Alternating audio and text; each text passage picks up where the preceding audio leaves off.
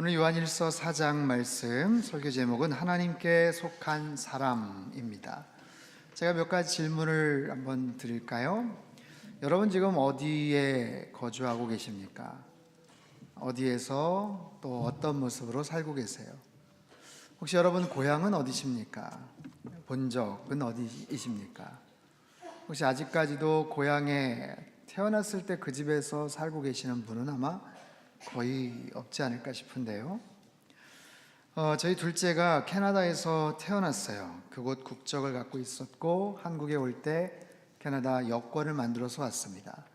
한국에서 잘 생활을 하다가 2011년 다시 캐나다로 가야 될 때는 한국 여권을 만들었어요. 그래서 한국 여권을 가지고 인천공항에 나갈 때는 그 여권을 보여주고 나왔고요. 캐나다에 입국할 때는 캐나다 여권을 보여주고 들어갔어요. 복수 여권, 이중 국적이 이제 가능했기 때문에 가능하죠. 어떤 여권을 갖고 있느냐, 또 어떤 국적을 갖고 있느냐, 거기에 따라서 입국 심사 받을 때 줄도 달라지고요. 그 나라에 가서 할 때 여러 가지 받는 혜택도 달라집니다. 이처럼 우리는 늘 어딘가에 소속이 되어서 살아가고 있어요. 이것은 태어나는 순간서부터 그렇습니다.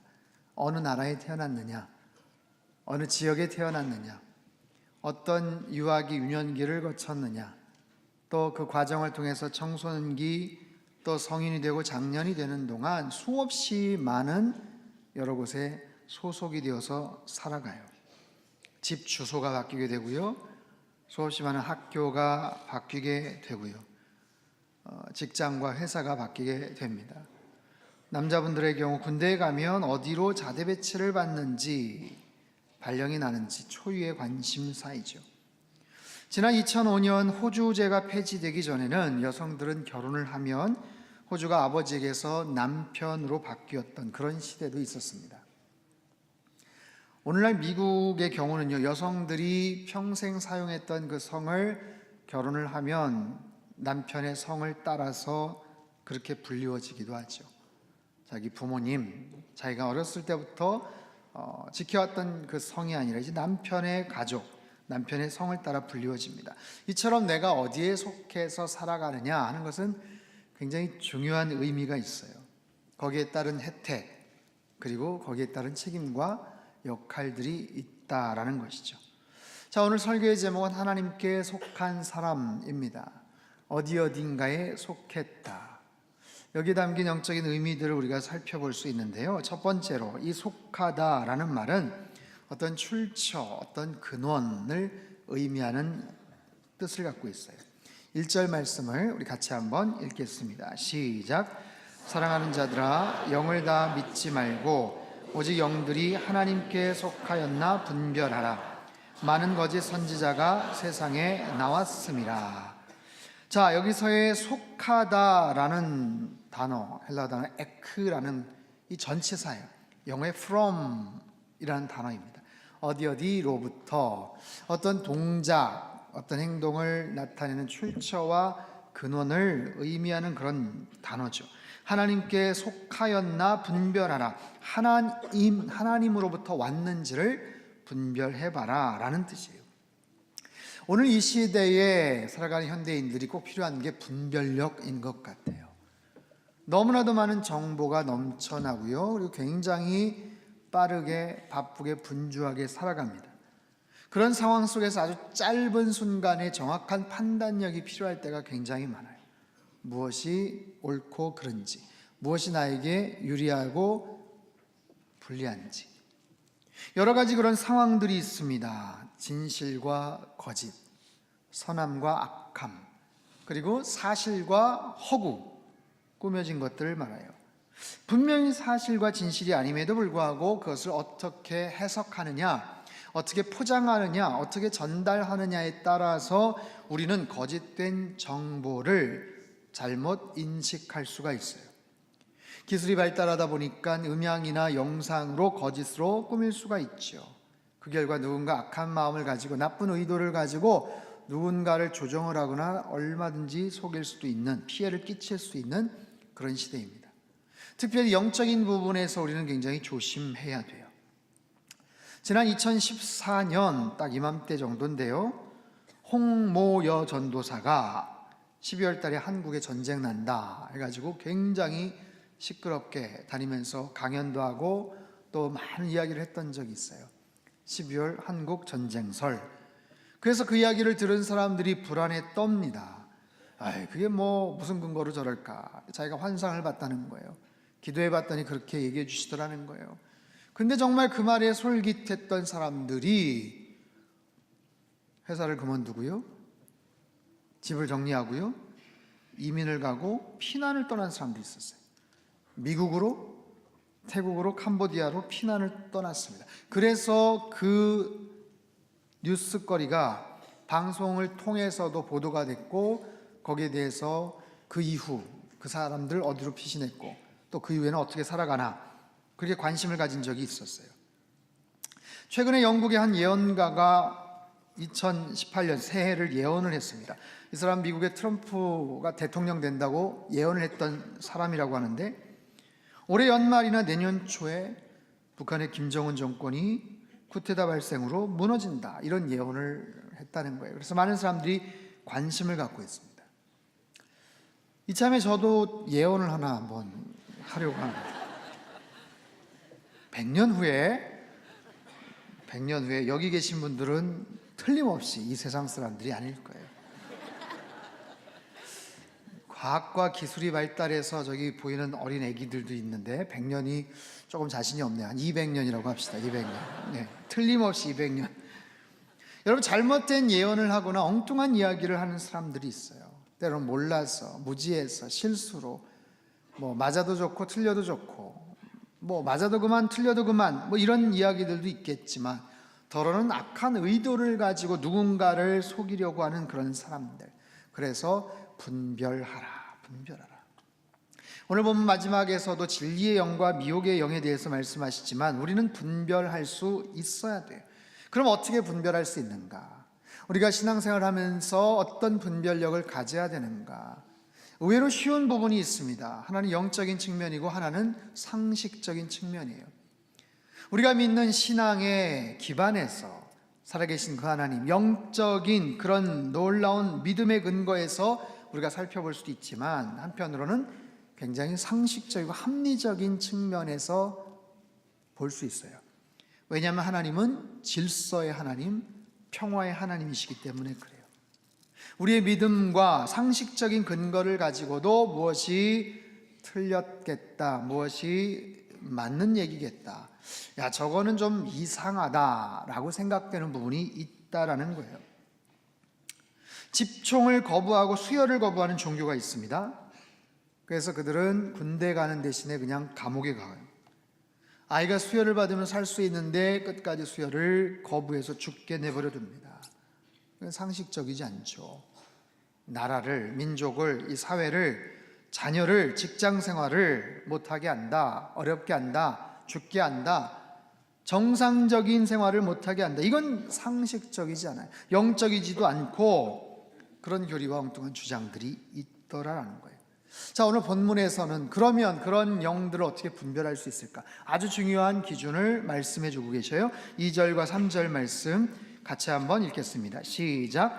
이로써 너희가 하나님의 영을 알지니 곧 예수 그리스도께서 육체로 오신 것을 시인하는 영마다 하나님께 속한 것이요 예수를 시인하지 아니하는 영마다 하나님께 속한 것이 아니니 이것이 곧 적그리스도의 영이니라. 오리라 한 말을 너희가 들었거니와 지금 벌써 세상에. 자, 예수님께서 이 땅의 육체의 모습, 육신으로 오신, 성육신하신 사건을 인정하느냐 부인하느냐, 그것을 받아들이느냐 아니면 거부하느냐, 그걸 가지고도 판단할 수 있다는 거예요. 자, 사도 요한이 이 글을 쓰고 있었던 초대교회, 그 당시 많은 핍박이 있었다고 그랬죠. 외부적으로는 로마 황제의 핍박이 있었고, 내부적으로는 이단 사이비가 들어와서 교회를 막 흔들고 있어요. 이 사람들이 영지주의자입니다. 영과 육으로 나눴어요. 영은 거룩한 것, 육은 속된 것. 그래서 우리가 구원을 얻는 것은 영원히 구원을 얻는 거다. 육신은 어차피 소멸되고 죽게 되는 것이다. 우리가 육신으로 죄를 짓는 것, 그거 그렇게 중요한 것 아니다. 그러면서 예수님이 이 땅에 오신 것, 육신의 모습으로 이 땅에 오신 것을 믿지를 않는 거예요. 거부하는 거예요. 그래서 교회를 흔들고 많은 믿음이 연약한 자들을 헷갈리게 만들었어요. 여러분, 오늘 이 시대를 살아가면서 혹시 여러분 가운데도 믿음이 어떨 때 좀 흔들리거나 아직도 좀 잘 모르겠다 싶거나 누군가 옆에서 툭툭 뭐라고 얘기하면 그런 것 같기도 하고 아닌 것 같기도 하고, 혹시 여러분 헷갈리시는 분들이 혹시 계시다면 여러분 오늘 말씀을 잘 들으셔야 돼요. 여러분, 영지주의자들이 얘기하는 그런 이분법적인 얘기는 우리가 육신의 모습은 어차피 죽는 것이니까 뭐 죄를 짓든 아니든 상관없다, 막 살아도 된다, 뭐 이런 극단적인 얘기까지도 해요. 근데 그게 사실 중요한 문제가 아니고, 가장 핵심은 뭐냐면 예수님이 육신으로 오시지 않았다는 거예요. 그러면 십자가 사건도 헛된 것이 됩니다. 예수님이 십자가 사건에 대한 이야기가 그것은 허구라는 거예요. 그러면 부활도 이야기할 수가 없겠죠. 여러분, 기독교의 가장 핵심적인 진리는 예수님의 십자가 사건과 부활입니다. 그것만큼 중요한 게 어디 있겠어요. 예수님이 이 땅에 오셔서 선한 스승으로 가르침을 주시고 좋은 이야기를 하시고 덕담을 하시고 사람들을 고쳐주시고, 다 맞는 얘기죠. 틀린 얘기 아니죠. 그러나 가장 중요한 핵심은 그분이 왜 이 땅에 오셨냐라는 거예요. 십자가에 달려 죽으시고 부활하신 예수님, 그것이 가장 중요한 기독교의 핵심인데 그것 자체를 얘기하지를 않는 거예요. 믿지를 않는 거예요. 강조하지를 않는 거예요. 그러면 뭘 믿으라는 겁니까? 너무너무 잘못된 거죠. 자, 오늘날은 어떨까요? 그런 모습으로 비슷하게 헷갈리게 하고 사람들을 속이는 그런 경우들이 있죠. 최근에요, 제가 누군가에게 이메일을 하나 봤어요. 누군가 저한테 이제 이메일을 보냈는데, 누군지는 모르겠어요. 우리 성도님인지 아니면 외부에서 왔는지. 우리 성도님은 아닌 것 같아요. 목사님, 이럴 때 어떻게 해야 되는지 몰라 그러는데 제발 좀 도와주세요. 타이틀이 그래요. 그래서 클릭해가지고 들어갔어요. 그랬더니 목사님, 동생 핸드폰을 우연히 봤는데 세상에 동생 핸드폰에 이런 게 있어요. 어떻게 하면 좋을까요? 답변 부탁드립니다. 하면서 동생 핸드폰에 있었다는 글이 쭉 있는데 처음이 이렇게 시작돼요. 신약 성경이 약속한 한 목자를 아는가 하면서 자기네들이 신봉하는 교리와 전도할 때 내용들을 쭉 설명하면서 신천지를 믿어야 된다는 거예요. 그리고 다른 얘기가 없어요. 이거 보니까 동생이 어려움에 빠져서 도와달라는 얘기인 것 같았는데 그게 아니라 저로 하여금 끝까지 읽게 만들려고 그런 식으로 메일을 보낸 거더라고요. 보니까 와, 깜짝 놀랐어요. 읽고 말았어요. 다 그냥. 제가요, 이 자리를 빌어서 또 방송을 통해서 다시 한번 말씀을 드리는데 제발 저를 전도하려고 하지 않았으면 좋겠어요. 저 이렇게 쉬운 사람 아니에요. 이렇게 넘어가지 않습니다. 제가 그 핵심적이라는 교리를 한번 읽어봤어요. 근데 읽어봤는데 참 딱한 게 뭐냐 하면 오죽 압축해서 정확하게 핵심적인 걸 얘기하지 않았겠어요? 근데 그 설명하는 이야기 가운데 인용하는 성경 구절이 하나같이 다 요한계시록의 말씀이에요. 성경에 66권이 있는데 요한계시록의 말씀. 성경의 중요한 주제가 그렇게 많은데 종말과 재림에 대한 이야기, 그리고 예수 그리스도의 십자가 사건과 부활에 대한 이야기가 있는데 자기네들이 믿는 교주 이야기를 하고 있어요. 참 한심하고 안타까웠습니다. 여러분, 영지주의자들이 예수님의 성육신을 부인하면서 십자가 사건과 부활을 완전히 삭제를 시켰어요. 그렇게 하면서 뭔가를 사탕발림으로 속였던 것처럼 오늘 이 시대를 살아가는 많은 이단 사이비 집단이 동일하게 접근을 합니다. 십자가 사건, 부활에 대한 이야기 하지 않아요. 그리고 이상한 다른 주제들을 왜곡된 모습으로 자꾸만 그 부분을 강조하고 설명합니다. 그래서 거기에 솔깃하고 관심을 가진 사람이 있으면 계속해서 그 부분을 집중적으로 이야기를 하는 거예요. 그래서 어느 정도 넘어왔다 싶으면 어떻게 할까요? 차단시키는 거죠. 철저하게 외부와의 차단을 합니다. 그러면서 거기만 바라보게 만들죠. 기존 교회 말 들으면 안 된다. 기존 교회 목회자 말 들으면 안 된다. 아마 가정에서, 직장에서, 세상에서 사람들에게 냉소적으로 손가락질을 당할 수도 있다. 참아야 된다. 그게 환난 가운데서 우리가 끝까지 견뎌야 되는 이유다. 어쩌고 저쩌고 하면서 그렇게 그 부분을 합리화시켜요. 여러분, 위대한 종교사가인 마티라는 분이 종교의 아주 중요한 두 가지 기능을 얘기했어요. 특별히 기독교의 중요한 두 가지 기능이 있는데, 첫 번째는 개인 구원의 메시지로 인해서 하나님을 만나게 하는 것, 두 번째는 세상을 해석하는 렌즈와 같은 역할을 해야 된다라는 거예요. 여러분, 이거 굉장히 중요한 얘기예요. 제가 쉽게 설명을 할게요. 자, 성경이 있습니다. 이 성경은 두 가지 기능이 있어요. 거울의 역할을 하기도 하고 창문의 역할을 합니다. 바로 그 얘기를 하는 거예요. 성경을 통해서 내가 하나님을 어떻게 만나는지, 하나님이 어떤 분인지, 그리고 내가 어떤 존재인지를 깨닫는 거예요. 성경이 아니면, 예수님이 아니면 나는 꽤 괜찮은 사람인 줄 안 거예요. 꽤 의로운 사람인 줄 아는 거예요. 왜? 누구랑 비교하니까? 고등학교 동창, 아무개, 철수와 같이 비교를 하니까 나는 양심적인 사람이에요. 직장에 있는 누구랑, 김 부장이랑 비교하니까 나는 굉장히 선한 사람이에요. 심지어는 교회에 있는 아무개 집사, 아무개 권사하고 비교해보니까 나는 꽤 덕이 많고 꽤 괜찮은 사람이에요. 그렇게 비교를 해서는 안 되죠. 진리의 거울 대신 하나님의 말씀에 비추어 볼 때 내가 얼마나 모순이 많고 하나님의 그 구원의 은총을 받아야 되는 사람인지를 말씀을 통해서 알지 않겠어요? 이 말씀을 통해서 진리의 실체가 되시는 예수님이 어떤 분이시고 내가 어떤 존재인지를 깨닫는 거예요. 거울의 역할이에요. 그렇다면 그 다음은 뭐예요? 창문의 역할이에요. 내가 세상을 어떻게 살아가야 되는지, 이 땅에서 내가 어떤 직업관을 갖고 살아야 되는지, 어떤 재정관, 물질관을 갖고 살아야 되는지, 이 땅에서 내가 어떤 모습으로 시민의식을 올바르게 갖고 국가관을 갖고 책임을 가지고 소명의식을 갖고 살아야 되는지, 이 땅을 살면서 내가 어떤 남편, 어떤 아내가 되고 아이들에게는 어떤 부모가 되어야 되는지, 그 모든 것이 성경 안에 담겨져 있어요. 그래서 이 성경을 통해서 세상을 바라보는 하나의 창문 역할을 해야 되는 거죠. 이 두 가지 기능이 제대로 되고 있는가? 세상에 많은 종교가 있지만 그 역할을 제대로 하고 있는가?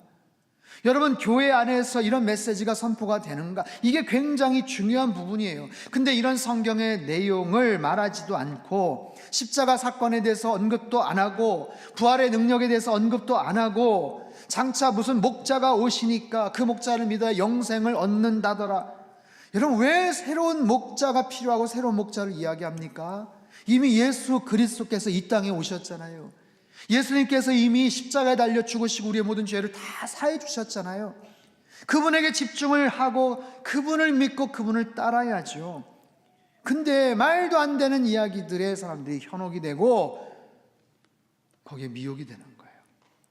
사랑하는 성도 여러분, 분명하게 우리가 믿고 고백하지만 예수님은 저와 여러분의 죄를 용서하시기 위해서 이 땅에 오셔서 십자가 달려 죽으신 줄 믿습니다. 그 주님을 통해서만이 우리가 구원을 얻을 수가 있어요. 그 주님의 십자가의 사건이 나의 죽음이고 주님의 그 부활의 능력이 우리의 부활의 영광과 연결이 된다는 사실이에요.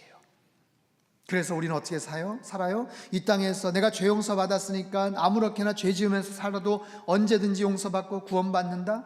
그게 아니라 나를 용서해 주신 그 주님의 사랑을 기억하고 생각하며 찬양하며 감사하며 살아야 되겠죠.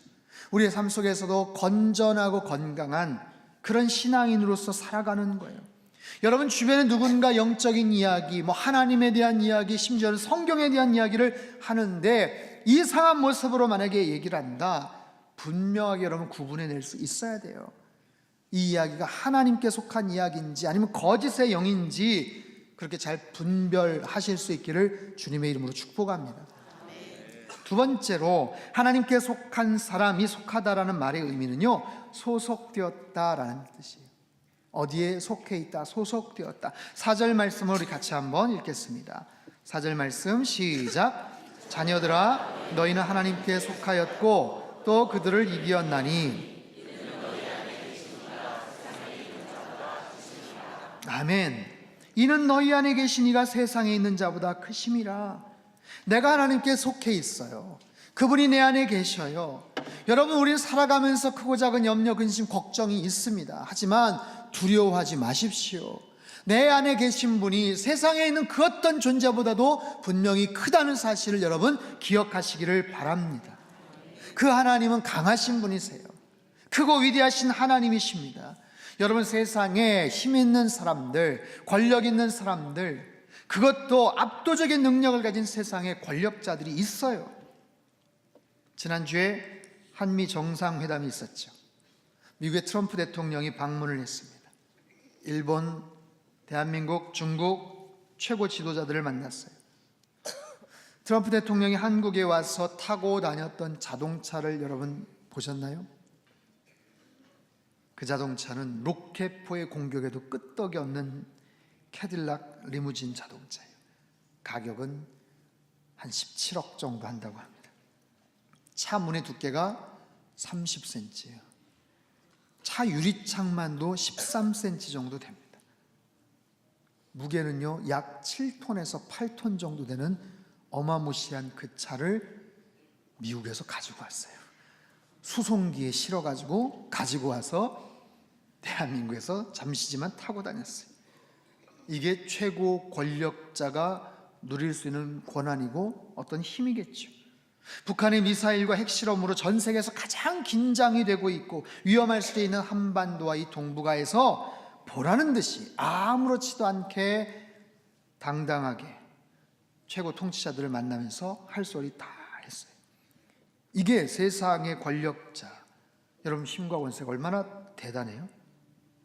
그런데도 그 1박 2일 동안 그렇게 하고 싶었던 것을 못하고 갔죠. 뭔지 아시죠? 휴전선을 가려고 했는데 못 갔어요. 안 간 게 아니라 못 갔어요. 누가 말려서도 아니고 헬기를 타고 떠났는데 안개가 너무 많이 껴가지고 그냥 돌아왔어요. 문재인 대통령은 차로 이동해서 휴전선에 가서 기다리기까지 했지만 결국 안개가 많이 껴서 가지 못했어요. 그게 굉장히 아쉬웠다고 계속해서 이야기를 하더라고요. 자, 이게 인간의 한계입니다. 어쩌면 지금 전 세계에서 가장 막강한 권력을 갖고 있는 권력자이지만 안개가 끼면 못 가는 거예요. 자연의 이치는 어길 수가 없어요. 세월의 흐름을 이길 수가 없어요. 인생의 순리를 꺾을 수가 없다고요. 여러분, 인류 역사를 보십시오. 고대 사회로부터 시작해서 모든 나라와 국가와 제국과 얼마나 막강한 권력자들, 실권자들이 있었습니까? 그럼에도 흥망성쇠를 반복했어요. 영원할 것 같았는데 아니요, 무너지고 힘이 빠지더라고요. 그리고 다른 나라, 다른 권력자들에 의해서 그 자리가 대체가 되더라고요. 그 어떤 위대하고 막강한 권력도 결국에는 시간 앞에서, 세월 앞에서, 보다 더 큰 힘과 세력 앞에서 무너지게 돼요. 그런 세상에 수많은 권력자들, 통치자들이 있지만 결국 하나님만이 영원한 통치자가 되시고 가장 위대한 왕이 되시는 줄을 믿으시기를 바랍니다. 그 하나님이 우리 안에 계셔요. 우리 안에 계신 분은 세상에 있는 자보다 크니라. 여러분, 아무것도 두려워하지 마십시오. 내 안에 계신 그 하나님만을 온전하게 바라보세요. 여러분, 내가 하나님께 속해 있다는 것은 이런 엄청난 특혜가 있다는 거예요. 그래서 모든 두려움과 근심, 걱정에서 자유할 수가 있다면 내가 하나님께 속해 있기 때문에 우리는 그분의 말씀을 들으며 살아가야 돼요. 자, 5절과 6절 말씀 우리 같이 한번 읽겠습니다. 시작. 그들은 세상에 속한 고로 세상에 속한 말을 하며 세상이 그들의 말을 듣느니라. 우리는 하나님께 속하였으니 하나님을 아는 자는 우리의 말을 듣고 하나님께 속하지 아니한 자는 우리의 말을 듣지 아니하나니 진리의 영과 미혹의 영을 이로써. 자, 세상에 속한 자들은 세상의 말을 들으며 살아갑니다. 그렇다면 하나님께 속한 자들은 당연히 하나님의 말씀을 들어야 되겠죠. 내가 누구의 소속인가? 나는 어디에 속해 있나? 여러분, 회사나 직장에서 내가 어느 부서에 속해 있나? 내가 누구의 말을 들어야 되는가? 그걸 보면 알 수 있죠. 내가 어느 부서에 속해 있나? 어느 계통인가? 어느 조직인가? 당연히 누구의 말을 주로 들어야 되느냐? 거기에 따라 나의 소속이 결정이 되는 거예요. 여러분, 우리는 분명히 하나님께 속한 사람인 줄 믿습니다. 그렇다면 하나님의 말씀을 들으며 살아야겠죠. 하나님의 말씀을 듣는 데에는 소홀히 하면서 나는 하나님께 속한 사람이야 라고 말한다면 그것은 모순이에요. 하나님께 속한 사람은 분명히 하나님의 말씀을 들으며 살아야 되고요, 그 말씀을 자꾸만 듣다 보니까 믿음이 생기는 거예요. 믿음은 여러분 그냥 생기지 않아요. 자꾸만 하나님의 말씀을 들을 때 그 말씀이 내 안에서 켜켜이 쌓여지고 다져지면서 그것이 믿음으로 변환이 됩니다. 그리고 그 믿음을 통해서 내가 힘겹고 어려울 때 붙잡을 게 없는데 그 믿음을 붙잡고 이겨나가는 거예요. 그런 과정들을 우리는 거치면서 살죠. 그래서 나는 하나님께 속한 사람입니다. 나는 분명히 하나님을 믿는 사람입니다. 여러분 분명히 그런 믿음의 고백을 하면서 여기까지 왔을 거예요. 1999년 미국 콜로라도의 리틀턴이라는 지역에 한 고등학교가 있어요. 콜럼바인이라는 고등학교입니다. 근데 그해 4월 20일 아주 끔찍한 총기 사고가 발생을 해요. 그 학교 불량서클 단원인 트렌치코트의 마피아 단원 두 학생이 여러 종의 총기를 갖고 학교에 들어와서 막 난사를 합니다. 무려 900여 발의 실탄을 난사해요. 그 결과 13명의 학생과 선생님이 죽고 23명이 다치게 됩니다. 지금도 남아있는 굉장히 끔찍한 총기 사고로 기록이 돼요. 그런데 이 사고 때 살아남은 한 여학생을 통해 놀라운 증언을 듣습니다. 여기저기 돌아다니며 광분에 완전히 미쳐버린 이 두 학생이 막 총을 쏘고 난사할 때 17살 된 캐시 버넬이라는 한 소녀가 있었어요. 이미 다리에 총을 맞고 등에 파편을 맞아 쓰러져 있던 이 여학생에 다가가서 그 학생 하나가 머리채를 붙잡고 물어봅니다. 너는 하나님을 믿냐? 이 두 학생은요, 평소에도 교회를, 크리스천들을 그렇게 싫어했었다고 합니다. 너는 하나님을 믿어? 만약에 그 순간 하나님을 안 믿는다고 하면 목숨을 구했을 수도 있어요. 그런데 캐시 버넬은 똑바로 그를 쳐다보면서 대답을 합니다. 나는 하나님을 믿어. Yes, I believe in God. 그러자 그는 총구를 캐시의 가슴에 겨누고 마구 총을 쏘아댔어요. 17살의 어린 소녀인데 총뿌리를 들이대는 그 두려운 상황에서 하나님을 믿는다라고 그렇게 고백할 수 있는 그 놀라운 용기, 그 믿음이 많은 크리스천들에게 도전이 되었고 그에게 찬사를 보냈죠. 이후 캐시의 이야기가 알려지게 됩니다. 그리고 미국 크리스천 10대들 사이에서 Yes, I believe in God 이라고 적힌 티셔츠를 입고 다니는 운동이 일기 시작했다고 합니다. 플로리다주의 한 도시에서는요 2,500명의 10대 청소년들이 그 티셔츠를 입고 감동적인 신앙 고백의 집회를 했대요. 그리고 이 집회는 영적으로 죽어가던 미국 크리스천 10대들을 일깨우는 살아있는 운동으로 불붙기 시작합니다. 놀랍게도 이 캐시 버넬이 죽기 일주일 전에 이런 내용의 일기를 적었다고 합니다. 나는 내가 가야 할 방향으로 떠밀려 가고 있다는 느낌이 있어. 그것은 나를 실망시킬 수도 있지만 보람도 있겠지. 나는 나의 하나님을 위해 살고 죽고 싶다. 나는 나의 믿음을 위해 죽을 거야. 그것은 나를 위해 돌아가신 예수님을 위해 내가 할 수 있는 가장 작은 일이야. 여러분, 이 캐시 버넬 이 여학생은요 죽기 한 2년 전, 3년 전까지만 해도 굉장히 방탕한 삶을 살았다고 합니다. 오토바이 폭주족과 같이 다니며 마약을 흡입하고 부모님의 속을 썩이고 그렇게 어렵게 살던 그 여학생인데 어떤 청소년 집회에 가서 예수님을 만나요. 뜨겁게 예수님을 만나고 그 이후에는 주변에 있는 친구들에게 쪽지로 또 다니면서 복음을 전했고 총뿌리를 겨눴던, 총을 쐈던 그 학생들에게도 그 전에 복음을 전했었다고 합니다. 그 받은 은혜가 너무 컸기 때문에 나는 하나님을 위해서, 믿음을 위해서 살다가 죽을 거야, 이런 고백을 했던 것 같아요. 사랑하는 성도 여러분, 과연 우리들은 그런 비슷한 상황에서 똑같이 반응을 할 수 있을까? 나는 하나님께 속했다라고, 나는 하나님을 믿는다라고 자신 있게 말할 수가 있을까요? 우리는 하나님의 말씀을 듣고 하나님을 믿고 이 자리까지 왔어요.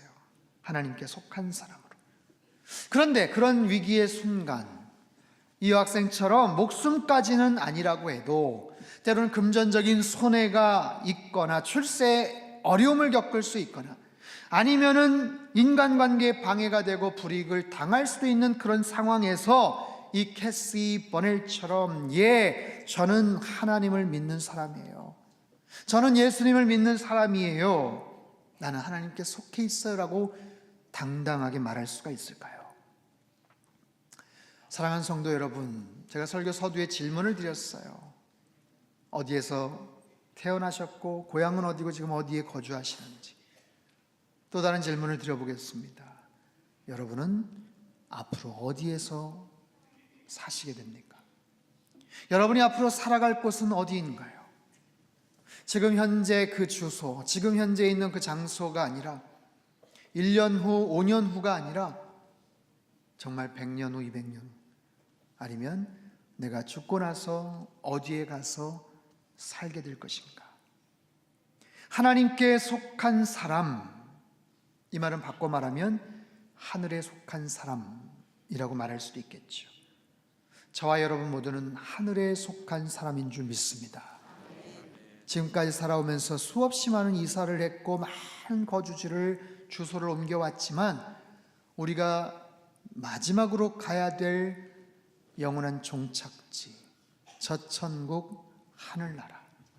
그래서 우리가 지금은 발을 땅에 딛고 살아가지만 하늘에 속한 사람으로, 하나님께 속한 사람으로 우리는 살아가고 있는 거예요. 지금 현재의 자리가 아니라 앞으로 내가 속해 있을, 내가 가게 될 그곳을 생각하며 그곳에 가장 소중한 것들을 열심히 쌓아두시기를 바랍니다. 이 땅에서 사는 동안 내 안에 계신 하나님, 세상의 그 어떤 힘보다도 가장 막강한 힘과 능력을 가지신 그 하나님 안에서 여러분 참된 평강과 자유함을 누리시기를 바랍니다. 나의 소속을 정확하게 알고 하나님께 속한 사람답게 하나님의 말씀을 들으며 이 땅에서 부끄럽지 않는 믿음의 삶을 사실 수 있기를 바랍니다. 우리는 하나님께 속한 사람, 하늘에 속한 사람인 줄 믿습니다. 기도하겠습니다. 하나님 아버지, 지금까지 살아오면서 수없이 많은 이사를 했고 많은 거주지를 옮겼습니다. 우리가 앞으로도 그렇게 살아갈 터인데 분명한 것은 우리의 마지막 최종 목적지는 영원한 천국 하늘나라인 줄 믿습니다. 우리는 하나님께 속한 사람이고 하늘에 속한 사람인 줄 믿습니다. 하나님의 속한 사람답게 하나님의 말씀을 날마다 들으며 살게 하여 주시옵소서. 하나님, 우리가 발을 딛고 살아가는 이 땅에서 여러 가지 갈등이 있고 신앙적인 유혹이 있고 때로는 어떤 불이익을 당한다고 해도 내가 하나님을 믿는 사람입니다, 하나님께 속한 사람입니다, 분명하게 고백하고 그렇게 다짐하며 살아가는 하나님의 거룩한 백성들 되게 축복하여 주시옵소서. 존귀하신 예수님의 이름으로 감사하며 기도합나이다. 아멘.